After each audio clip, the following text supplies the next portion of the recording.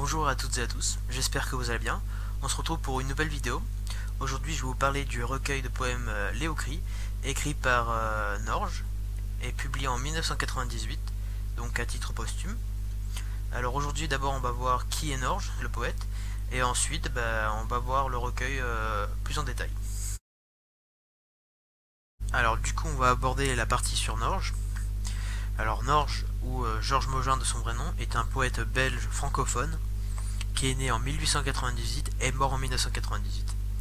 Ce qui caractérise Norge, c'est sa bienveillance, son ironie et sa simplicité.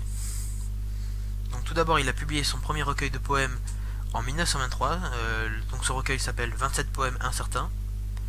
Il a écrit sous le pseudonyme de Géonorge, et donc celui-là va vite le rendre populaire.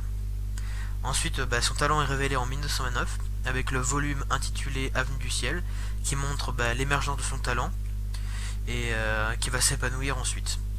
Les Raps, un recueil paru en 1949, commence à révéler sa conviction en une expression simple de la vie quotidienne. Donc tout cela en utilisant des objets du quotidien par exemple. Par la suite, on peut voir que sa voix s'épanouit pendant plus de 4 décennies avec des recueils comme Les Oignons qui est paru en 1953 et qui sera édité en 1958 et 1971. Donc aujourd'hui le poème qu'on va aborder c'est un qui est de la fin de sa vie quoi. Du coup on va passer maintenant à la partie sur le recueil. Donc le recueil de Léocris, il est composé de poèmes inédits parce qu'ils sont posthumes, ils n'ont pas eu le temps d'être publiés. Et donc ils ont été rassemblés par l'éditeur Éolienne. Au niveau des formes, il reste assez simple avec des poésies en vers rimés, en des quatrains, des distiches ou encore des septins, plus ou moins longs. Et concernant les thèmes, on retrouve la nature, le passage du temps, la vie et la mort, l'amour ou encore la raison. Ce sont des thèmes assez classiques dans le genre poétique. Mais là où il se distingue, c'est dans les doubles messages de ces poèmes. Par exemple à la manière des fables de La Fontaine ou encore des paraboles religieuses. Un court récit et à la fin il y a un message. Ainsi par exemple dans Couveuse, il y a une poulette apitoyée par des œufs abandonnés, elle choisit de les recueillir, mais à la fin elle se fait dévorer par les serpents qui ont tout juste esclos. Ou encore dans le poème La Phalène, qui est composé de quatrains, qui fait référence au mythe d'Icare, parce que Icare se brûle les ailes en allant trop près du soleil. À cette manière, la phalène se brûle rapidement à cause d'un désir incontrôlé et trop puissant.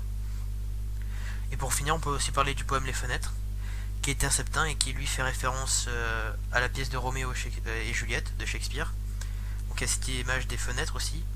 Et donc il évoque aussi à peu près un amour impossible. Les deux protagonistes, Elisabeth et Raymond, sont séparés et se aperçoivent entre les fenêtres. Et quand ils finissent par se rejoindre, au bout de longtemps, ils se rendent compte qu'ils ne s'aiment plus.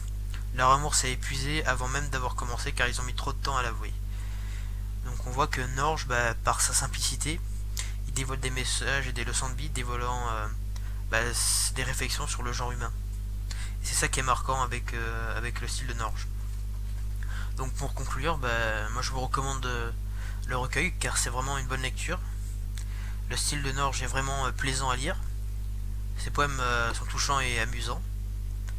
Et ce qui est amusant, c'est aussi de voir le message qu'il y a dans ces poèmes. Qu'est-ce qu'il nous conseille. Et en plus, le livre est facilement trouvable dans des plateformes numériques, en e-book.